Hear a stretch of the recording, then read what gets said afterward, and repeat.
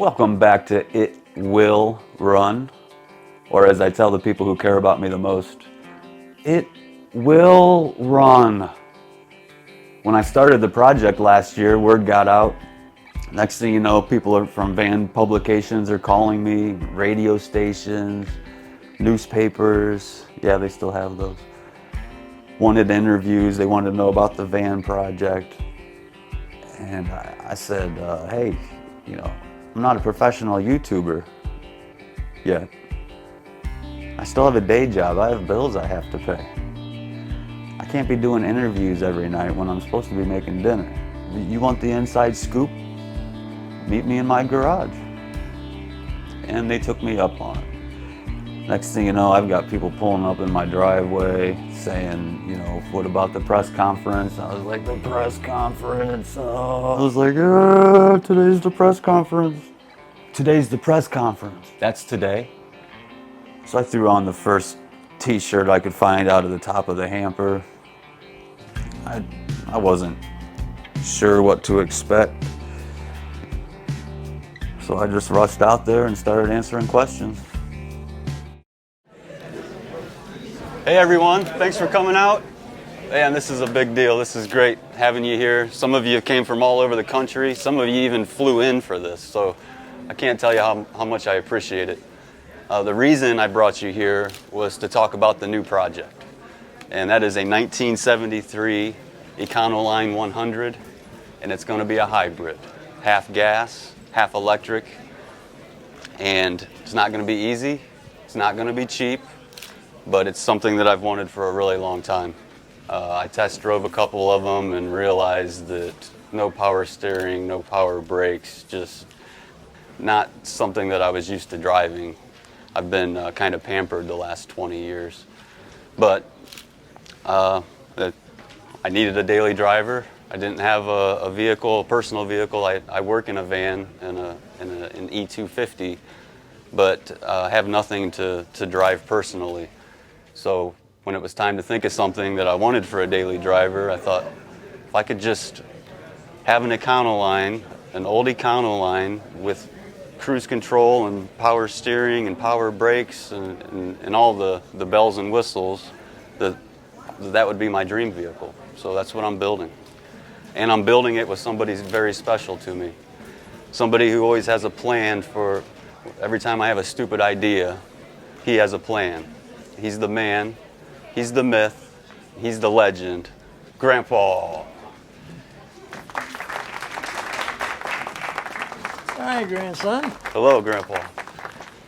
Grandpa's been he's done masonry, he's done carpentry, industrial engineering, upholstery, you name it. He's done about every trade there is. So I can't think of anybody better to do the project with. Actually, it's time for questions. Why don't we start taking some questions? Okay. And why don't we start over here in the back, sir? You back here. Hi, BJ Dovetail reporting for WVAN Radio. Thanks for coming out, BJ. So why not just buy a hybrid or an EV van? Well, first of all, they don't make it. So you won't find this van in a hybrid version, or I think I'm going to build the first one ever as far as I know. And if they did make it, it would probably be around $50,000, and I don't have that kind of money to put into a personal vehicle. So that's pretty much the reasons right there. But thanks for coming out, BJ. Let's do up here, up front right here, you miss. Hi. Lacey Anna with Dixie Van Magazine. Hi, Lacey. This question is for Grandpa. Okay. Do you mind if I call you Grandpa? Well, I've been known as Grandpa since I am a great-grandpa. Yes. Go ahead. Your grandson said that you have experience in many trades. Did any of them involve hybrid or electric vehicles? No, none of those. But when I was driving younger, if you had fuel, you had electrical components, and a hand to push it once in a while. That was the limitation of my knowledge. If I can chime in, one of the major reasons I brought Grandpa in is the thing that I'm least confident in with this whole build. I feel like I've got everything else pretty well planned, but we're putting a 1996 Ford F-150 front axle under this van in order to make it four-wheel drive. And Grandpa has past experience working in chop shops and fabrication shops, perfectly legal fabrication shops, and it's going to come in handy when it comes time to try to weld this thing underneath here. So, but Grandpa will have a plan. All right. But thank you, Lacey. Thanks for coming out. All right. But let's go middle here. Let's go back middle. So, Logan from the Dundee Times. Good day, mate.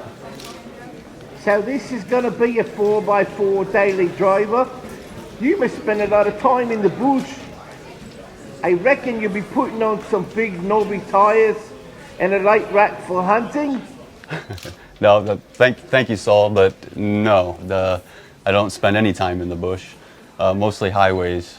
The reason it's going to be four-wheel drive is so I can keep the gas engine and the electric motor completely separated. I'll be able to use one without the other or both at the same time. And I'll be able to use the front electric motor for regen braking.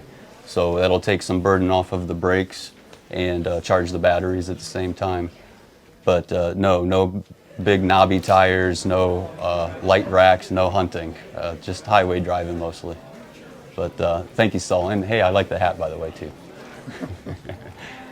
Let's go over here, right here, ma'am, up front here. Hi, Megan Moog from vansaretehot.com. Hi, Megan. Do you have a total cost in mind for the project? Ooh, I did. I wanted to keep it under $20,000 using junkyard parts and building what I can and trying to keep the cost down. I think I'm going to be able to keep the van, the cost of the van, the gas engine, the drivetrain.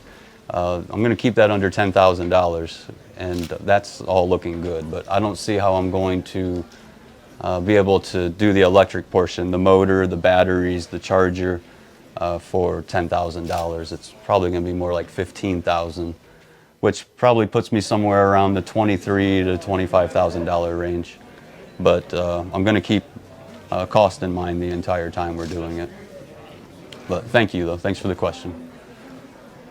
Let's go back over here again. Let's go back here in the back. Hello, Gwendolyn Cartwright with Still Found Magazine online here. Gwendolyn, thanks for flying in. Grandpa, I assume you love your grandson. Oh, yes, I do, very much, yes. Did you consider talking him out of this project? Well, I considered it, but having the experience with his father, not getting very far with him, I have tried with my grandson, but not been too successful as well. So I'm finally thinking, well, maybe let him give a shot at it. But I'm still trying to convince him, yes. All right. Well, thank you, Gwendolyn. And again, thank you everybody for coming out. I hope I answered everybody's. Are there any more questions that we didn't get to? No? All right. Well, thanks again for coming out.